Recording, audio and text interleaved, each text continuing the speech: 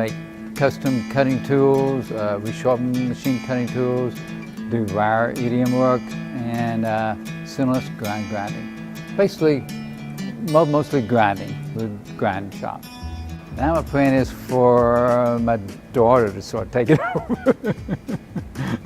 She is the one who's starting to come on. My dream for her, industry's changing so much that I want her to be able to enjoy it like I did. She has her own dreams. I mean, she sees things that I don't see. She sees things where she wants to go.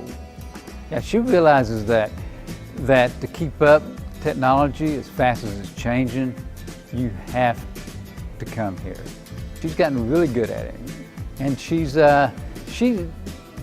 things that she thinks she might be more interested in, such as the 3D printers, you know, and the way they've changed. You know, she's come with me the last 6 years now. She really enjoys them.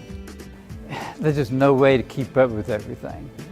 Every year I come up here, I do come up here with specific problems that limit what we can do, that IMTS can help me. You got to get all the information you can, because yeah, you want to make the right decision, and you know, and this is the only place you can. Are you up to speed with the best in your industry? Time to get rolling, where dreamers and doers connect.